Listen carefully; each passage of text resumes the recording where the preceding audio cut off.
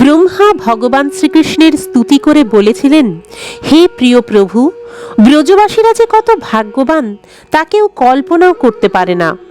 আমরা হচ্ছি দেবতা, জীবের বিভিন্ন ইন্দ্রিয়ের নিয়ন্তা, এবং সেই সৌভাগ্য লাভে আমরা গর্বিত।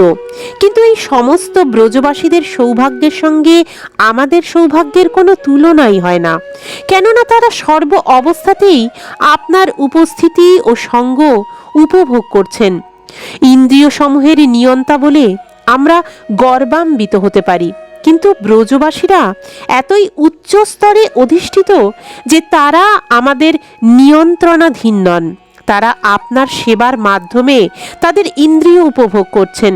তাই আপনি যদি কৃপা করে পরবর্তী জীবনে আমাকে বৃন্দাবনে জন্মলাভ করার সৌভাগ্য প্রদান করেন, তাহলে আমি নিজেকে পরম ভাগ্যবান বলে মনে করব। হে প্রিয় প্রভু, তাই জড় ঐশ্বর্য বা জড় বন্ধন থেকে মুক্তি এর কোনোটির প্রতি আমার স্পৃহা নেই।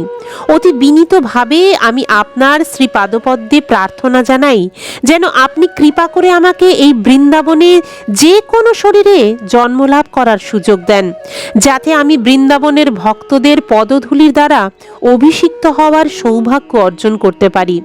এই ব্রজভূমিতে যদি আমি একটি নগণ্য তৃণরূপেও জন্মগ্রহণ করতে পারি, তাহলে আমি নিজেকে সার্থক বলে মনে করব।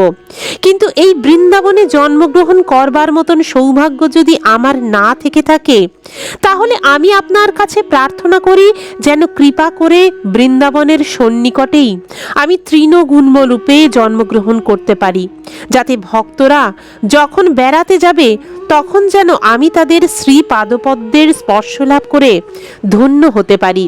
সেটিই হবে আমার পরম সৌভাগ্য। আমার একমাত্র অভিলাষ হচ্ছে আমি যেন আপনার ভক্তদের শ্রী পাদপদ্মের ধূলিকণা সারা গায়ে মেখে ধন্য হতে পারি। আমি দেখছি যে এখানে সকলেই আপনার চিন্তাতে মগ্ন। সমস্ত বেদের আরাধ্য মুকুন্দ ছাড়া আর কাউকেই তারা জানে না।